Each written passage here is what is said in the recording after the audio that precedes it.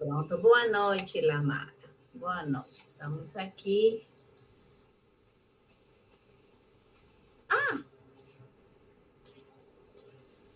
Bem,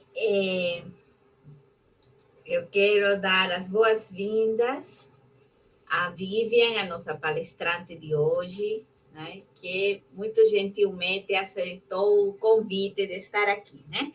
Então, mas antes de começar as apresentações, o que eu vou precisar é que todos vocês concordem, né? Em realizar a gravação, né, desta atividade, mas se vocês concordam, né, realizar a gravação desta atividade e que ela ficaria disponível no YouTube do projeto, que é Projeto Contempe. Né? E vocês também se subscrevam no canal para a gente conseguir fazer lives ao vivo, né? Nós precisamos de 500, né? E a gente está com 180, quase 190. Então, aproveitem, né, de se subscrever no canal, de curtir, tá? Augusto, depois você bota aqui o YouTube para os meninos verem também, se subscrever, tá? Tá certo. Ok, então estou vendo que está tendo a concordância aqui, né? Uma forma de vocês estarem de acordo. E aqui, cadê? Pronto. Então, vamos dar início, né, à gravação da atividade. Aí você avisa, Augusto, quando for começar a gravação. Está gravando? Ah, tá certo, então. Aqui é rápido, bem. Então, boa noite a todos e todas mais uma vez. Eu estou muito contente de estar aqui com vocês, trazendo, né, essa palestra de captação dos recursos no terceiro setor, que é um setor que precisa muito dessa área, porque por ser justamente sem finalidades lucrativas, né, então acaba recebendo recursos tanto de pessoas físicas como do Estado, né, via editais e também de algumas empresas, né? Doação, aquilo que nós já até falamos em sala de aula, né? Aquela questão que o terceiro setor ora se aproxima mais do setor público, né? Ora se aproxima do setor privado. Bem, então, esta é uma atividade desenvolvida pelo projeto Contempe, que se chama Projeto Metodologias Contemporâneas em Contabilidade, né? E que vem trazendo esta palestra como um pré-evento do segundo simpósio do voluntariado do terceiro setor, que vai acontecer dia 19 e 20. Né? E, como eu disse, agradecer, né, a disponibilidade de Vivian de ter aceito o nosso convite, né, mesmo com uma agenda apertada, mas né, tornou possível que nós estivéssemos aqui remotas, e eu vou falar um pouco da descrição que eu tenho aqui de Vivian, e fique à vontade para você complementar, né, alguma outra informação. Bem, nós temos aqui a informação da nossa palestrante, né, que é Vivian Maite Castro. Ela é escorpiana, sonhadora, andarilha e ativista ambiental desde menina, natural de São Paulo, mas nordestina de coração e de paixão, reside em João Pessoa desde 2005. Ela é graduada em turismo pela UFPB e tem um mestrado em desenvolvimento e meio ambiente, PRODEMA, também da UFPB, e atua no terceiro setor desde 2015 como consultora de mobilização social, advocacy e captação de recursos.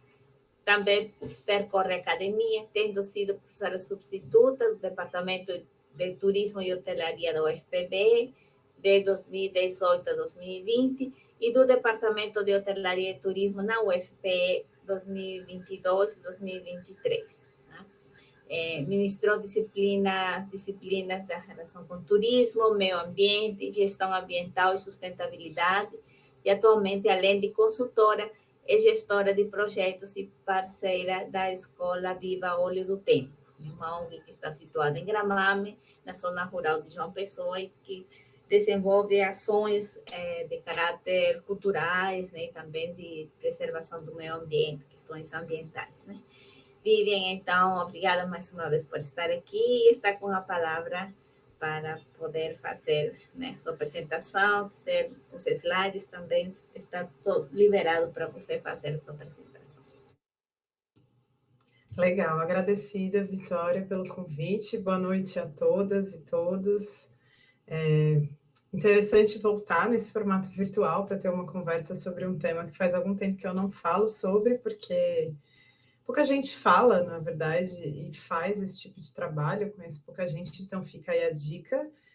Existe mercado e temos muita demanda para quem quer trabalhar com captação de recursos. E aí eu preparei, assim, algumas ideias, mas a proposta é provocar vocês a trazerem suas questões sobre esse universo. Então, eu trouxe poucas coisas visuais, assim, só para dar uma organizada no raciocínio, mas também para poder provocar e ver o que vocês pensam sobre isso. E aí, para começar, eu vou pedir para vocês acessarem aquele Mentimeter, que é um site que forma uma nuvem de palavras. Eu vou projetar um QR Code, mas aí eu já coloquei no chat o que tem aí para vocês poderem ver. Que aí tem uma perguntinha para a gente começar a conversa. Que é, acho que eu vou projetar daqui, ó. Vê se vocês conseguem ver aí. E conseguem acessar esse QR Code. Ou o seu projeto lá do site deles. Alguém me disse que não vejo mais vocês. É possível acessar por esse QR Code? Tá rolando? Eu estou tentando pelo link. Tá. Os meninos aí, por favor, vejam o QR Code. Sim, deu certo. Deu certo? Ah, olha só.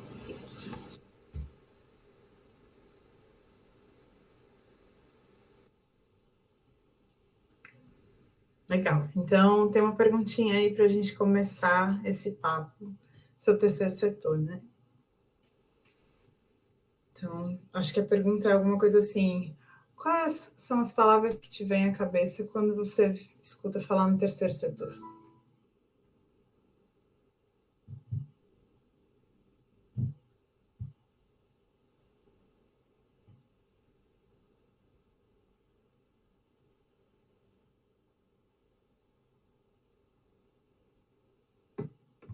Ô, Viviane, eu estou vendo aqui que diz terceiro setor, ao final, o que é isso? Mas onde que eu não.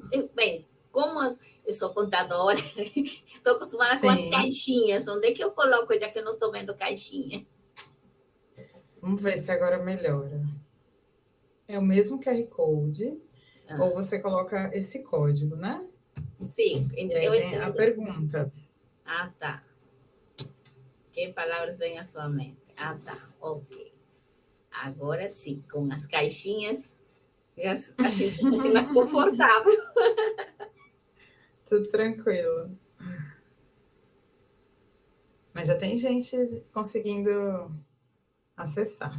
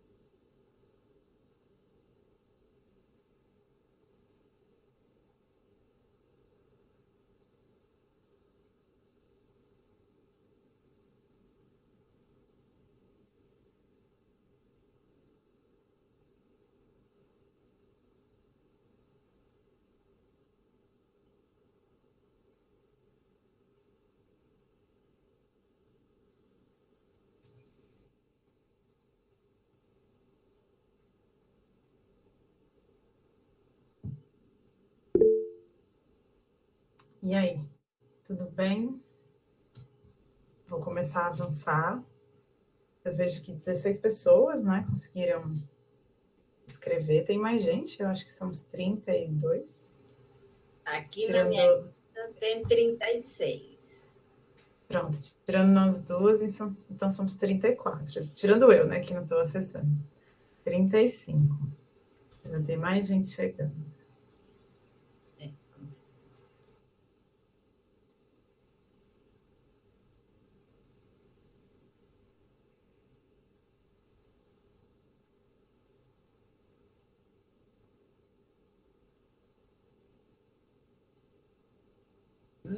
Que bom.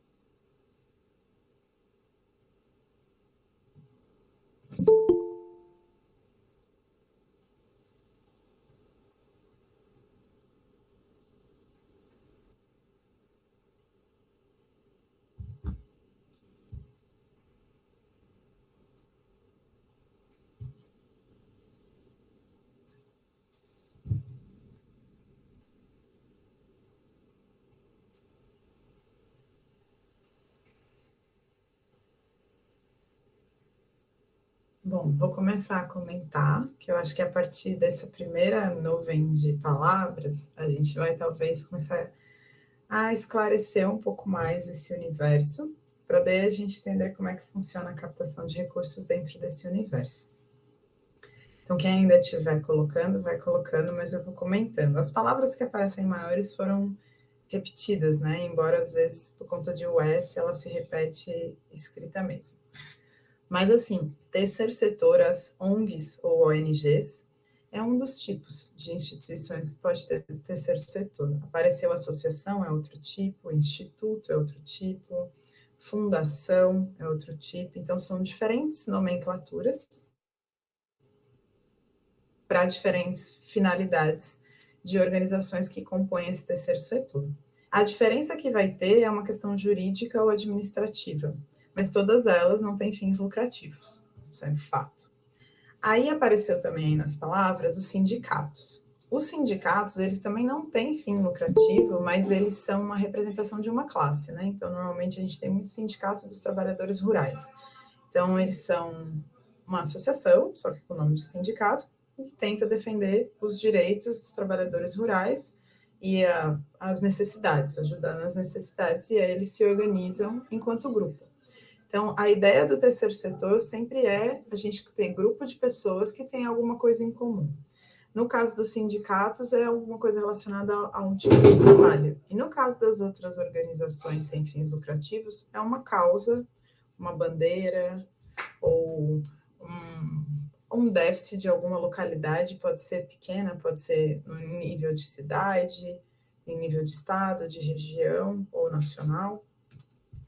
E elas, sim, têm diferentes formas de funcionamento e administração. Sim, eu gostei muito que apareceu a ausência do Estado. Então, o terceiro setor, ele vem muito dentro dessa pegada de que há uma lacuna que o Estado não dá conta. Ou ele não dá conta em algum setor da nossa vida, ou ele não dá conta totalmente. Às vezes ele dá conta parcialmente. Então, por exemplo, se a gente pensar em educação, teoricamente, todo mundo precisa estar nas escolas e ter uma educação, e as escolas teriam que atender o todo da população. E às vezes atende, mas não atende tão bem, e a gente acaba formando crianças e adolescentes com algumas lacunas, e aí esse não dar conta, as organizações do terceiro setor podem atuar para melhorar esse não dar conta. Então, fornece, né, uma ideia de que ocupa uma lacuna que o Estado não consegue suprir numa qualidade boa.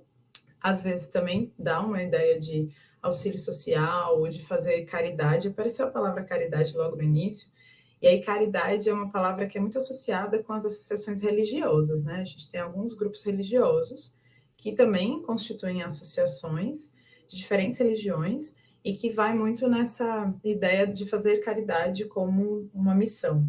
E dentro das organizações do terceiro setor, as associações, as fundações, as ONGs, normalmente a caridade não aparece tanto, aparece mais nas associações religiosas, mas sim existem ONGs que fazem doações de cesta de alimentos, por exemplo, que não deixa de ser um auxílio social, e que, dependendo da situação, é uma ação muito necessária para aquela comunidade. Então, a ideia sempre tem uma causa, uma bandeira, que vai ocupar uma lacuna que o Estado não deu conta 100% ou com uma grande qualidade, e vai prestar algum tipo de ajuda. Às vezes são as pessoas, às vezes é o ambiente que essas pessoas vivem, às vezes é a própria situação daquela comunidade ou daquela região que essas organizações se ocupam. Também há organizações que atuam dentro da ideia de políticas públicas, ou seja, que conseguem fazer articulações nos 3 níveis de governo para conseguir ocupar esses espaços e levar as demandas sociais para um nível de se tornar política. A gente tem várias políticas hoje vigentes que vêm daí. Vou citar, por exemplo, 2 delas. O Bolsa Família é uma política de assistência social que vem de uma demanda social que foi articulada por essas organizações para se tornar uma legislação que está acontecendo. E a gente tem, por exemplo, a Bolsa Auxílio Cultural para os mestres de algum saber cultural, um saber fazer, que em cada estado tem um nome, já teve no âmbito federal também, que aí dá um auxílio financeiro para aquelas pessoas que têm algum saber oral, principalmente, ou manual, e nem sempre consegue se sustentar com isso, mas tem uma grande contribuição social a fazer. Então, isso também é parte da atuação política dessas organizações. Que mais? Sim, existe muito voluntariado, mas nem todas as organizações vivem com voluntariados ou com voluntários, né? Ou conseguem sobreviver muito tempo com voluntários. Eu costumo dizer que voluntariado tem um tempo de validade, um prazo de validade, porque todo mundo se voluntaria em algum momento da sua vida, mas tem momentos que você precisa ter uma renda para a sobrevivência do seu mínimo. E então, não é dizer que todas as organizações, só porque elas não têm fins lucrativos, elas precisam ser voluntárias, ou as pessoas que trabalham nelas precisam ser voluntárias ou vão ser voluntárias sempre. Porque não é verdade. Existe até um mito de, antigamente existia mais, de que quem trabalha no terceiro setor ganha pouco, ou sobrevive, ou está fazendo uma missão social. E existe esse perfil, mas também existe muitas pessoas que trabalham e ganham muito bem, faz a roda girar. Então, é uma ideia de também você ter uma causa pessoal que se alinhe com alguma organização e você vai prestar um serviço social, mas é um serviço bem remunerado. Então, voluntários funcionam, às vezes a gente entra em organizações de forma voluntária e depois a gente se profissionaliza e vira contratante. E a gente tem diferentes formas de contrato, desde CLT até prestação de serviço autônomo, ou com CNPJ, ou com RPI, RPA, de qualquer forma, né? Que eu acho que vocês da contabilidade vão saber esses termos mais do que eu. E sim, envolve a ideia de ter dinheiro, fazer parcerias, tem essa parte de sempre lidar com alguma coisa humana que interfere na vida humana, e uma coisa de mobilizar, de envolver, de engajar. Então, tem isso. Algumas instituições são filantrópicas, sim, que apareceu filantropia, que normalmente vem de fundações de pessoas que têm uma grande quantidade de recursos e quer aplicar de uma forma social e faz filantropia, ou conglomerados, grupos de pessoas que se juntam e ao invés de doar para uma organização X, faz uma ação mais coletiva, filantrópica e doa para diferentes organizações. Então, isso também acontece. Então, eu vou sair aqui dessa tela e vou... Até aí, como é que estamos de ideias iniciais? Para começar, alguém quer já fazer uma pergunta antes de eu entrar no tema da captação em si? Porque eu acho importante fazer esse panorama, porque a gente não circula muito em relação ao terceiro setor, a gente sabe muito bem o que é o mercado, o que é a indústria, o que é comércio, o que é o setor primário, né, da agricultura, mas quando chega no terceiro setor é meio que só quem vive muito é que sabe como funciona. Então, é um leque bem grande E aí eu gosto sempre de fazer esse panorama para sair um pouco desse lugar comum de que é só voluntários, pessoas que têm missões de vida ou que estão apoiando uma causa porque se identifica. Tem isso tudo, sim, mas tem trabalho profissional grande também acontecendo, bem remunerado, fazendo diferença nas localidades, nos territórios, nas comunidades. E eu trabalho com o terceiro setor desde 2015, atuando diretamente, assim, sem parar, e um pouco antes disso eu também já comecei. Comecei mesmo em 2008, mas depois eu dei uma flertada com outros segmentos, fui para o mercado, fui para a gestão pública, para voltar para o terceiro setor, que é onde eu me identifico mais. Então, por isso que eu acho que é legal fazer esse panorama, e quero abrir para perguntas iniciais, aí, se alguém tiver, pode ser escrita, pode ser em áudio. Vamos, meninos. Danilo, que levantou a mão.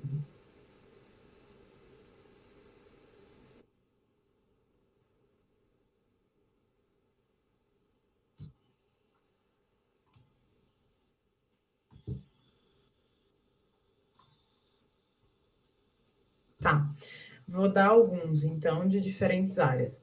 Vocês vão ver que eu vou puxar muito para a área meio ambiente e cultura, que é onde eu trabalho mais, mas eu conheço outros. Então, grande, que todo mundo conhece, o Greenpeace. É uma organização norte-americana que tem escritórios em vários países e vive de doações. Ela é prioritariamente doações. Às vezes a gente, não sei aqui em Recife, mas lá em São Paulo a gente sempre tromba com o pessoal do Greenpeace pedindo doação lá na Paulista para a gente se filiar e doar alguma quantia, e eles fazem isso em todos os países que eles têm atuação e fazem grandes campanhas, como teve uma campanha recentemente, eles fazem umas campanhas bem, assim, como é que eu posso chamar?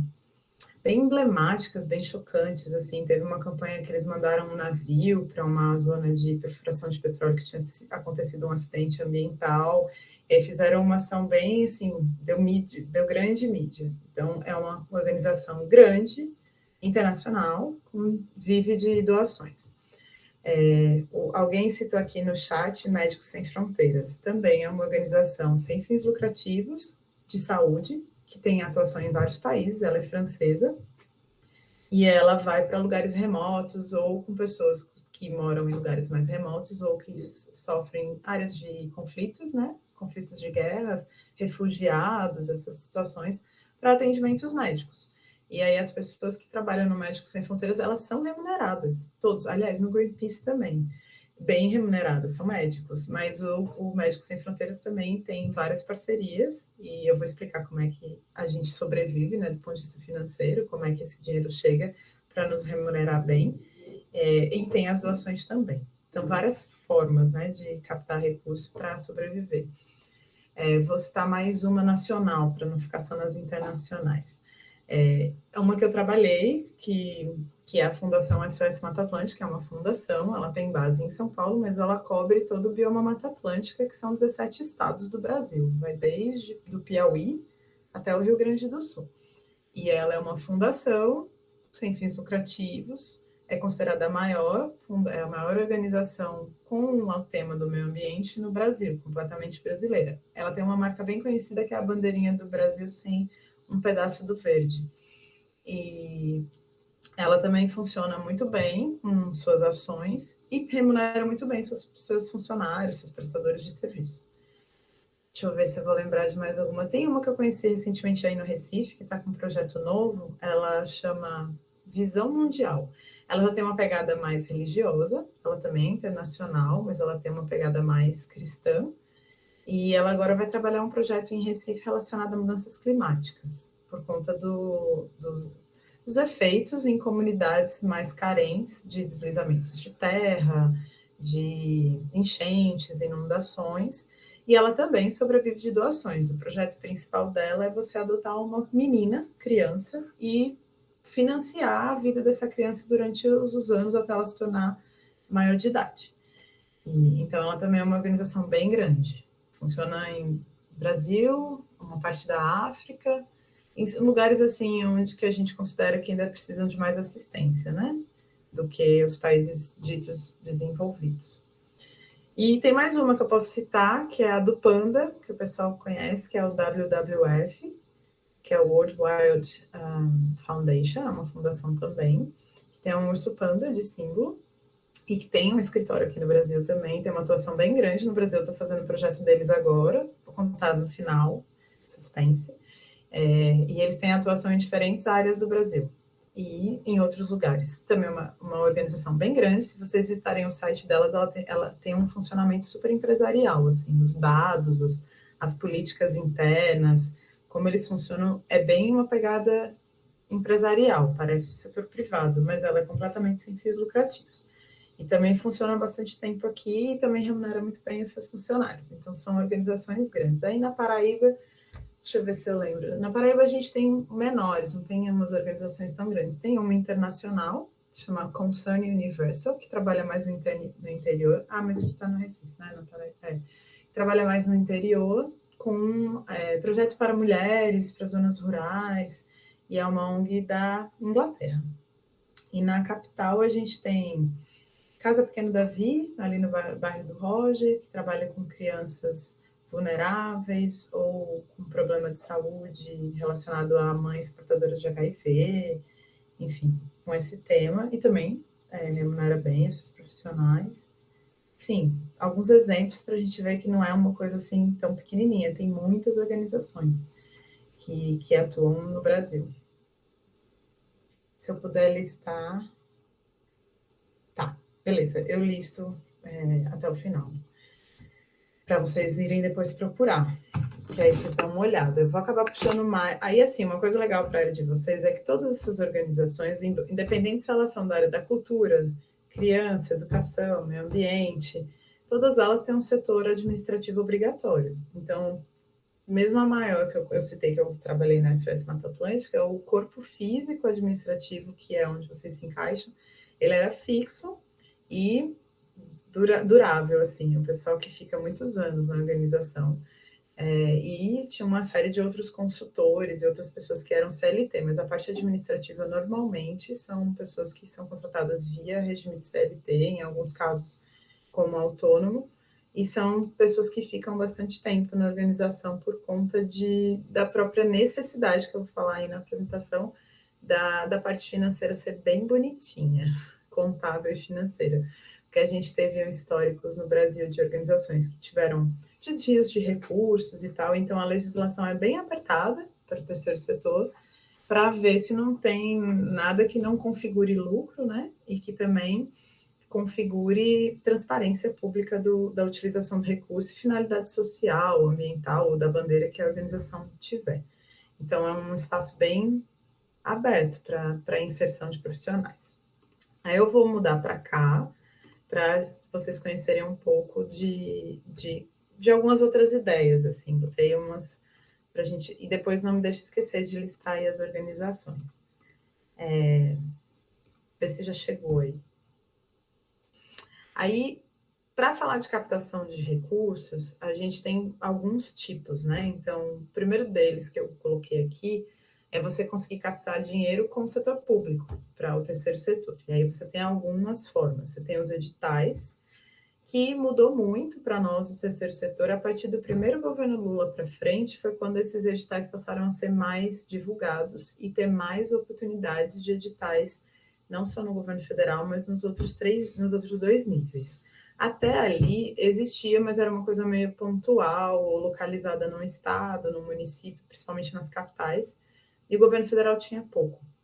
E aí, com o governo Lula 1 para frente, aí ele começou a lançar mais do âmbito federal, e isso impulsionou os estados e municípios a também terem seus editais. As fotografias são alguns deles, então eu coloquei aí o FIC, que é o Fundo de Incentivo à Cultura Augusto dos Anjos, que é do estado da Paraíba, que é um edital antigo de financiamento de projetos na área da cultura. A Lei Aldir Blanc, que saiu durante a pandemia, que é também uma lei federal para a parte cultural, que foi para apoiar esses trabalhadores que estavam parados na pandemia, mas ela permanece, e cada estado e municípios lançaram seus editais, receberam um recurso federal e repassaram através de editais para os artistas. Então, era voltado para pessoas físicas mesmo, artistas independentes ou grupos coletivos de pessoas que produziam arte e poderiam produzir alguma coisa no contexto pandemia.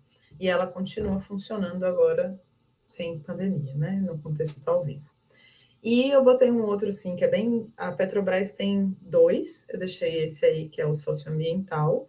Ela tem esse socioambiental e tem o Petrobras ambiental, só o ambiental. Um é mais focado para a área ambiental, como o mesmo nome diz, esse aí tem uma pegada mais social, uma coisa linkada com a outra. Então, eu só dei esses 3 exemplos, mas são editais de órgãos públicos, ou nos 3 níveis de governo, que são lançados periodicamente e que você acessa, tem sua... É igual um edital de concurso ou de seleção de qualquer coisa, com um monte de regras e como fazer. E depois que você manda o seu projeto, se aprovado, eles são vinculados, né? Tem uma conta bancária específica para poder fazer a execução. E também a gente tem em outros níveis, que não é edital propriamente, ou às vezes são editais simplificados, que são outros instrumentos de parceria com o setor público. Então, a organização que eu trabalho em João Pessoa, ela tem vários desses instrumentos dentro do estado e do município, que podem ser termos de fomento, pode ser convênios, e convênios era um termo que a gente usava muito no passado, mas a legislação é muito complexa, e aí isso foi substituído pelo marco legal do terceiro setor, que foi instituído mais recentemente, e hoje a gente usa mais os termos de fomento ou os termos de parceria, de cooperação técnica também. Então, são termos que normalmente ocorrem entre uma secretaria de Estado ou uma secretaria de município com a organização do terceiro setor, onde ali se estabelecem as partes, né? Sempre tem um projeto, né, que a organização propõe, de acordo com o perfil daquela secretaria, né? E aí, a partir do comum acordo, se faz esse termo para receber o recurso e poder realizar o projeto. Então, esse é um dos tipos. A gente também tem no setor privado. Isso também foi bem impulsionado quando começou a ter mais editais do setor público. O setor privado também começou a fazer seus próprios editais. E aí são várias empresas, às vezes em parceria, que criam algum tema que tem a ver ou com a atuação deles ou com o local que elas residem. Às vezes os editais ele é direcionado a uma região, a algumas cidades específicas, para poder atender o impacto que essa empresa ou que esse segmento privado ocorre, né, ou provoca naquele território. E aí eu deixei alguns exemplos para contar que, por exemplo, agora mesmo está aberto esse aqui, Educação com Cidadania, da Chamex, com o IDES, esse outro aqui também da Aliança Guaraná de Maués, que é lá voltado para a Amazônia, também está aberto agora. O Itaú, que já lançava edital para parte cultural e educacional também, agora tem um específico para GLBT, aliás, LGBT+, que já está em renovações, então deu certo, e eles mantêm, então eles separaram um edital que era só da área de cultura e da área de educação e criaram um específico para LGBT+. E aí são 3 que saem ao longo do ano. Então eles são meio periódicos, todo ano sai. Aí quem faz captação já fica no radar de qual já se alinha com a sua área de atuação para poder acompanhar. Às vezes a gente cria até um calendáriozinho, assim, de qual mês que vai sair qual. Esse outro aqui, Educação e Identidades Negras, Política de Equidade Racial, ele é da Fundação Lemon, que é uma fundação filantrópica, em parceria também com uma organização, ela também está aberta agora. E esse último foi um que a gente fez aqui em João Pessoa, é uma marca de roupa do Rio de Janeiro. Aí ela lançou a primeira vez esse edital o ano passado, e contemplou as cidades que têm loja da marca. E a gente mandou um projeto na Escola Viva Olho do Tempo para fazer um estúdio de produção multimídia, e a gente ganhou. Foi super legal, foi bem distribuído, assim, o Rio de Janeiro acabou levando um recurso um pouco maior, porque as fábricas ficam todas lá, mas para as outras regiões, vou contar para vocês saberem, né, foi só R$10.000, mas foi R$10.000 simplificado, não tinha que prestar conta, era para pessoa física, foi maravilhoso para executar, e a gente conseguiu fazer o estúdio, ficou lindo. Agora eles relançaram um novo, só que esse foi mais voltado para moda, porque é a praia deles, o primeiro tinha moda, gente, e mais umas 2 áreas a gente colocou nessa parte de gente, assim, lidar com pessoas. Era moda, educação, criatividade e equidade, e a gente botou acho que foi em criatividade, educação, uma coisa assim. E foi super legal. Alguém fez uma pergunta, só que eu não consigo ver, vou ter que parar aqui, que eu escutei o barulhinho. Boa noite, Vivian. Marcelino Sou levantou eu. a mão. É, Fala, querido. acabei ficando com uma dúvida aqui, deixa eu ver se eu consigo formular bem para te falar, tá? A respeito Tá. dessa captação, quando é feita com o setor privado, nesses editais, né, que eles colocam à disposição, os recursos que eles disponibilizam, esses recursos são advindos das próprias empresas do setor privado, ou eles meio que, tipo, criam uma campanha também de arrecadação, por exemplo, aquela do Itaú, por exemplo, o pessoal, os clientes do Itaú também, ele meio que cria essa campanha, disponibilizando para os clientes da empresa também participar. Como é que funciona isso? Você sabe me informar como é que é a respeito da origem desse recurso? Uhum. Quando é um edital público, mesmo sendo de uma empresa privada, são recursos próprios. Quais recursos são? A gente que acessa, a gente não consegue saber se foi, sei lá, do Tesouro do banco, se foi uma campanha que o banco fez, ou se foi, sei lá, um percentual, eu vou dar esse exemplo já já, dos títulos de capitalização de alguns clientes, a gente só sabe que o banco destinou uma parte do seu recurso para questões sociais, ambientais, e a gente acessa diretamente. Quando isso é uma forma. A segunda forma são as leis de incentivo. A gente tem no Brasil lei de incentivo à cultura, ao esporte e ao idoso.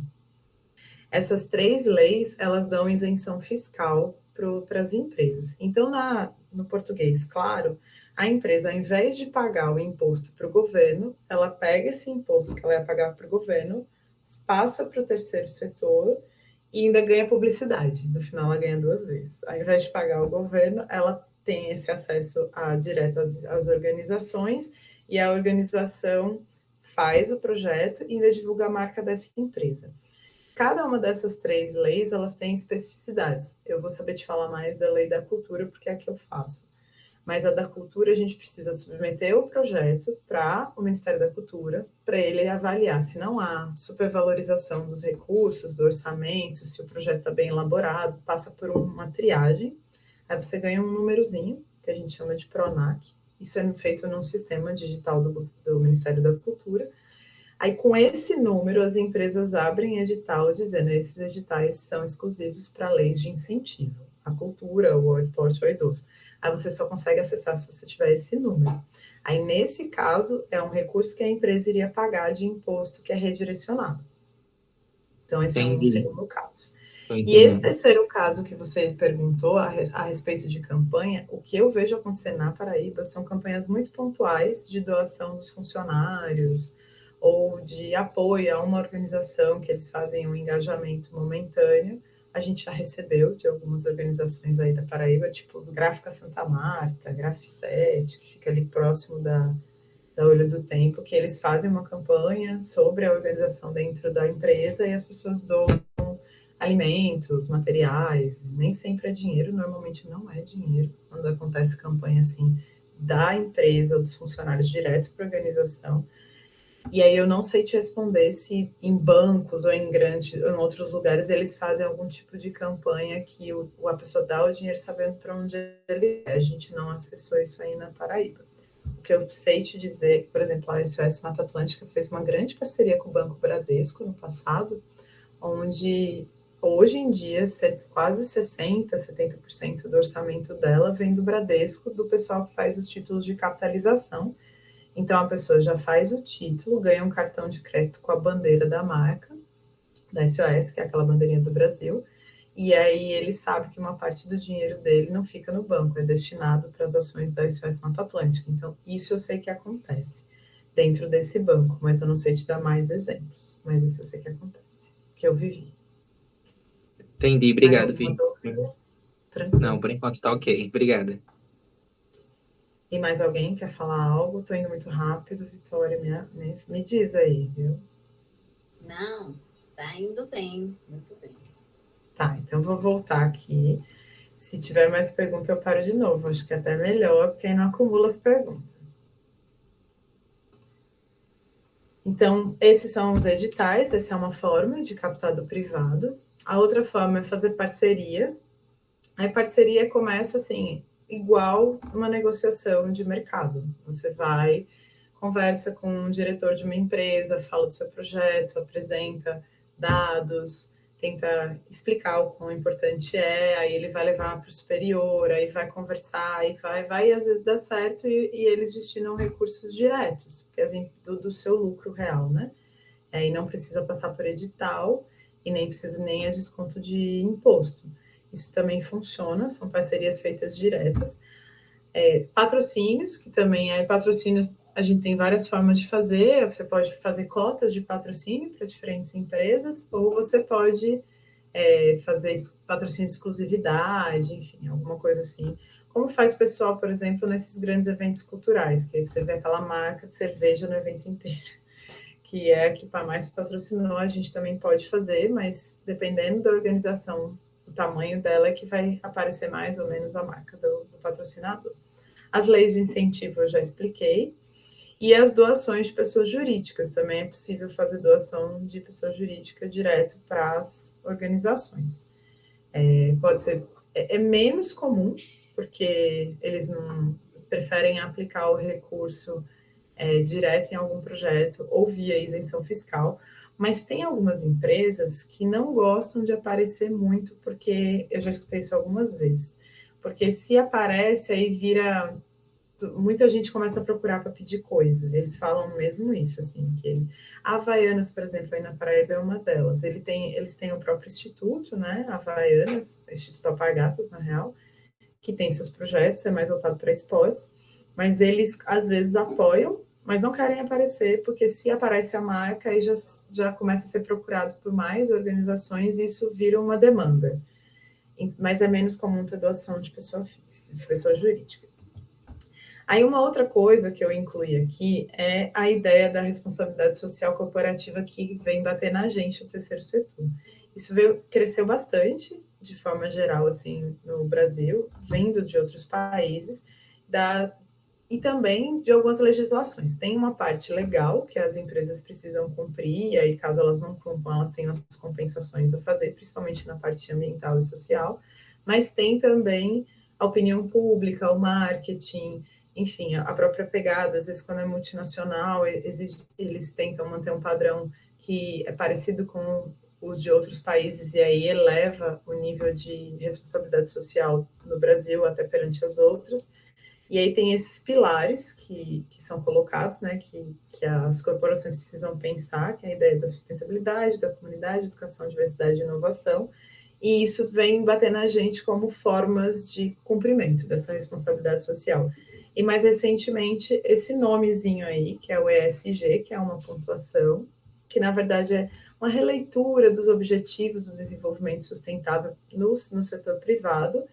E aí tem essas três áreas, né, governança ambiental e social, e aí muitas empresas acabam querendo aplicar o ESG dentro delas, não em todas de uma vez, eles tentam, começam por um e outro, e aí chega no terceiro setor a partir disso, assim, eles estão com alguma ação de ESG interno e está faltando pegada ambiental. Aí eles vão procurar uma organização ambiental para fazer um trabalho que ajude a melhorar essa pegada e eles consigam ter uma pontuação melhor no ESG internamente, e isso vira marketing para eles da atuação corporativa. Isso é uma novidade que apareceu mais de poucos anos para cá. E aí, por fim, a gente tem a captação que eu chamo de direta, junto de pessoas físicas. As doações, que é de pessoa física mesmo, as pessoas doam, sim. Infelizmente, por isso que eu queria fazer ali a nuvem de palavras no início, porque às vezes as pessoas se sensibilizam mais com situações mais delicadas. Então, pessoas passando fome, pessoas subnutridas, crianças muito carentes em situações muito ruins, ou doentes, essas coisas, as pessoas, ou cachorro e gato sofrendo maus tratos, super sensibiliza as pessoas nas redes sociais. Esses são os modos. Então, a gente, por exemplo, lá no Olho do Tempo, a gente já deu conta que a gente não gosta de ter essa imagem de que estamos cuidando de pessoas muito vulneráveis, ou pobres, ou que não tem chance e tal, que a gente tenta colocar que essas pessoas são pessoas normais, como todas as outras pessoas, e que têm uma situação social diferente, mas não colocar eles como coitadinhos, e às vezes isso não sensibiliza tanto.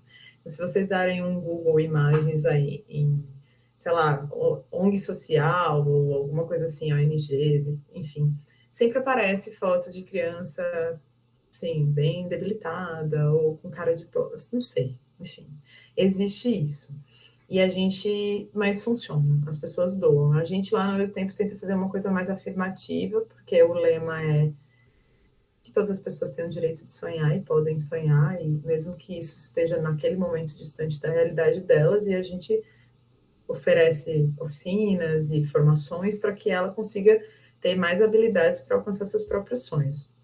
Mas tem outras organizações que vão por esse lado mais da sensibilidade e fazem campanhas mais com fotografias e com pessoas mais uma situação mais vulnerável. Mas as doações é uma forma. Vou voltar aqui que eu escutei alguém ou levantando a mão ou fazendo pergunta. Vai lá, Vitória. Sim, a respeito do que você comentou, daquelas organizações que elas fazem campanhas, né? Como você colocou, às vezes, mostrando essas imagens de crianças, né? E eu já tive a oportunidade de participar, né, de um processo no qual utilizavam a imagem de uma criança, só que ainda bem que, de fato, a organização conseguiu desenvolver o trabalho e ela conseguiu, mais na frente, né, ter outras oportunidades. E depois ele próprio sentiu-se meio envergonhado da própria organização ter utilizado foto como criança, porque tem essa sensibilidade, né? São pessoas, como você falou, né? E isso pode, mais na frente, né, vir a ter alguma consequência, digamos assim. Então, acho que é bem interessante a postura, né, que a Olho do Tempo coloca nesse sentido, uma relação respeitosa, né, sem tentar, né, para esse apelo. Era só esse comentário mesmo. Sim. E isso é comum em várias organizações e a gente se sensibiliza com algumas coisas, por isso que eu falei de gato e cachorro. Que é da confusão na rede social é maus tratos a gatos e cachorros, que são animais domesticados que a gente tem muita proximidade. Às vezes eles causam mais impacto do que uma criança passando fome, ou você ter água para beber e tal, porque as pessoas têm muita proximidade com o bicho, e, enfim, tem essa questão do amor, que não é que não tenha com os outros seres humanos, mas é diferente.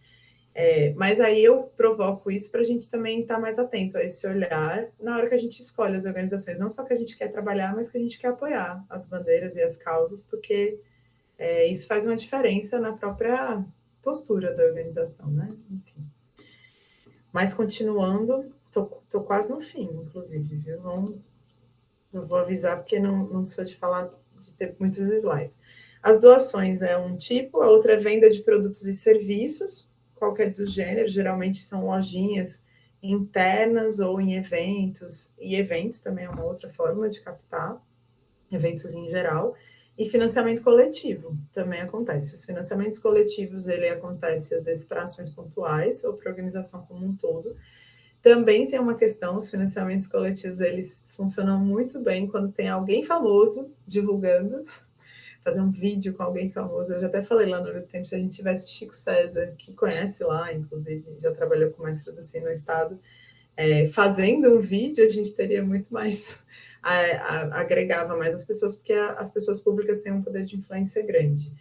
Mas a gente também não quis fazer isso até o momento, porque acho que a gente ainda consegue fazer de outras formas. Mas essas são as formas que dá para chegar direto às pessoas físicas.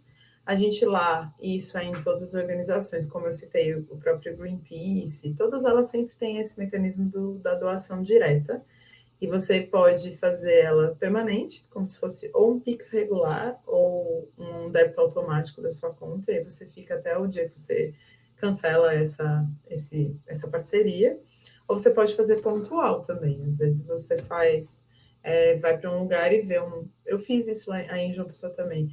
Deixei num restaurante de uma amiga os materiais, e aí tinha um QR Code para as pessoas fazerem Pix se elas gostassem da proposta da organização, e a gente recebeu bastante. A pessoa está lá jantando, viu uma propaganda, aí vai lá e contribuiu com alguma coisa. E a gente recebe, assim, a gente recebeu nesse caso, né? Foi um experimento de R$ 5 a 500, é uma coisa bem variada de doações que acontecem, assim, espontâneas. Aqui eu citei alguns exemplos lá da campanha que a gente está fazendo agora, só para vocês terem ideia. Então, você pode doar diretamente, pode fazer esse débito automático na conta, e agora tem esse mecanismo do Pix regular. A gente também fez uma parceria com a Cagepa, que você pode doar através da sua conta de água, direto também. Então, são essas parcerias. A Cagepa mesmo, ela não tem, ela é uma empresa de economia mista, né? Metade governo, metade privado, e aí ela não tem editais de apoio às organizações, mas ela tem esse mecanismo de apoio através da contas. Aí eles, tipo, dão a estrutura física, o atendimento direto ao cliente deles, que é todo mundo do estado da Paraíba, e aí eles ficam com uma taxazinha de administração, recebem essas doações e repassam para a gente diretamente numa conta. Então, esse é um exemplo. Então, no final, a captação ela pode acontecer dessas formas, ou pelo governo, que são aquela parte que eu falei do poder público, né? As empresas, patrocínios, produtos, vendas de produtos e serviços, ou diretamente de pessoas. São várias formas. E aí, como é que a gente capta? A gente tem uma ideias, escreve os projetos.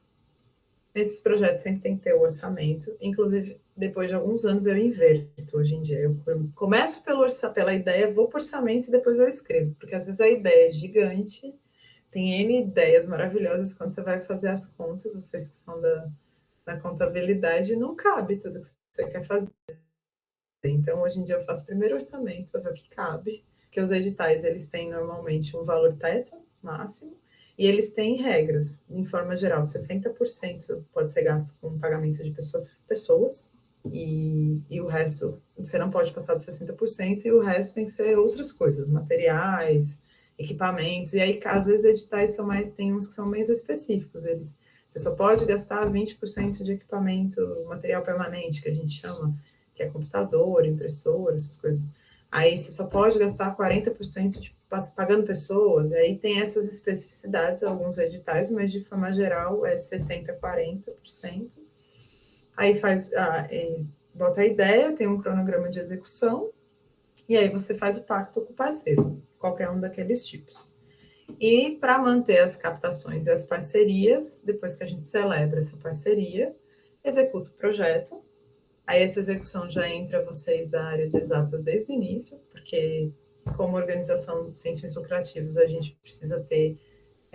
a gente atua também um pouco como fiscalizador gratuito do governo, porque dependendo do edital, a gente precisa saber se a pessoa tem todas as certidões negativas, o fornecedor, precisa de 3 orçamentos, para poder, às vezes, ser a técnica, o menor preço, essas coisas. Aí já começa ali essa execução. Aí tem uma relatoria descritiva para ver se cumpriu o que disse que ia cumprir, com o que gastou e como gastou, que é a prestação de contas, e aí a gente encerra.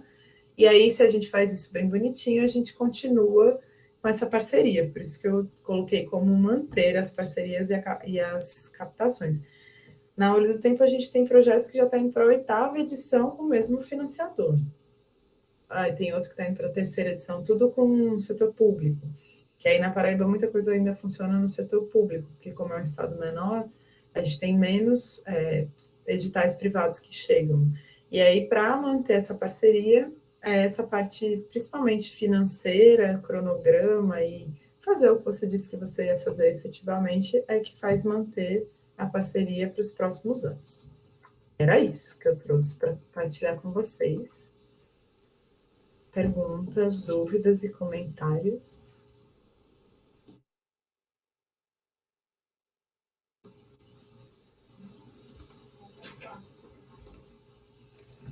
Então, Vivian, agradeço bastante você ter trazido, né, esse tema de captação de recursos.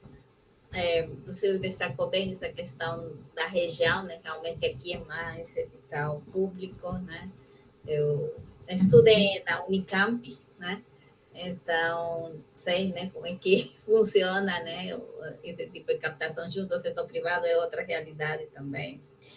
Pois é, mas eu tenho a agradecer. É, aqui, deixa eu ver. Ah, tá, o pessoal só parabenizou. Eu vou só contar o que eu estou fazendo agora, para vocês se inspirarem, como é super legal trabalhar no terceiro setor. Então, nesse momento, eu estou num projeto do WWF com a SAVE Brasil, que é uma organização de proteção de aves, e o CEPAM, que é uma organização do Recife, que é um centro de pesquisas ambientais que trabalha muito com reflorestamento e unidades de conservação, e a gente vai criar uma casa de sementes florestais no interior de Pernambuco, que vai ser a primeira aqui, do início de Sergipe para cima. Só temos uma na Bahia, temos uma dentro da numa universidade lá de Petrolina. Essa casa é para a gente fazer reflorestamento com sementes florestais nativas, porque a gente, com muda, está perdendo muito, a mudança climática, as mudas chegam tudo cansadinha, aí acaba que depois que põe no chão, elas nem sempre pegam, ficam felizes e crescem. Então, esse é um projeto super legal que eu estou fazendo agora. E o outro, que é onde eu estou hoje, é um projeto de diagnóstico social de pessoas que arrendam suas terras para parques eólicos. Então, também tem a ver com quais os impactos que os parques eólicos ocasionam nas comunidades, e nas pessoas e no ambiente, e ver como as empresas podem minimizar esses impactos, já que a gente tem uma demanda crescente de energia, né? Então, a gente está tendo uma expansão bem grande de energia eólica e solar no Brasil. Então, são projetos do terceiro setor. Os dois projetos, eu sou contratada por uma ONG, por duas, né? Parece. O meu contrato sai por uma delas, mas um é três parceiros, a outra legal, sim, e até eu ia contar esse dos parques eólicos, é uma demanda direta, assim, as empresas privadas às vezes precisam fazer determinadas pesquisas ou ações de compensação dos seus impactos, e aí procuram as organizações de terceiro setor para fazer isso, porque mantém uma certa neutralidade e já tem um histórico social ou socioambiental por trás para realizar. Então, são projetos interessantes que acontecem, e esse eu estou fazendo na Chapada do Araripe. Que interessante, fiquei super animada aqui também, Vivian? Essas sementes que você fala seriam sementes crioulas, então, né? Ou não? Não, a gente tem dois tipos. Sementes crioulas são sementes para alimentos, né? E normalmente a gente faz os bancos de sementes para a troca delas, né? E nesse caso é casa de sementes de floresta, não de comida. São duas coisas diferentes. Porque a gente tem um déficit de áreas verdes para a questão de neutralização do carbono, né? Que a gente está com esse problema das mudanças climáticas, então a gente precisa reflorestar para neutralizar carbono, e é com floresta nativa, né? De Mata Atlântica, nesse caso. E aí, com alimentos, a gente consegue fazer sistemas agroflorestais, mas a captação, a neutralização de carbono é menor. Então, o foco é... As sementes crioulas e os bancos de sementes já estão indo muito bem, os agricultores são super organizados, mas a parte de floresta, não. Aí a gente, às vezes, tem que comprar muda no litoral de Pernambuco para plantar no interior, porque não tem na região, e aí elas vão de transporte, chegam lá tudo desanimadas, cansadas, aí nem sempre sobrevivem, aí a taxa de perda é grande, aí a gente está optando por fazer mais com sementes direto no solo, para ver se a floresta vinga mesmo. Então, tem essa diferença entre banco de semente e casa de sementes, mas a ideia é parecida. A gente conseguir manter as matrizes, né, de árvores que produzem nativas, que estão soltando semente ao longo do ano todo, coletar essas sementes, guardar, retardar a germinação delas no friozinho. Eu digo que a gente bota ela em coma, bota ela lá num coma induzido. Aí, quando a gente quer fazer o reflorestamento, a gente tira elas e leva para plantar. É isso.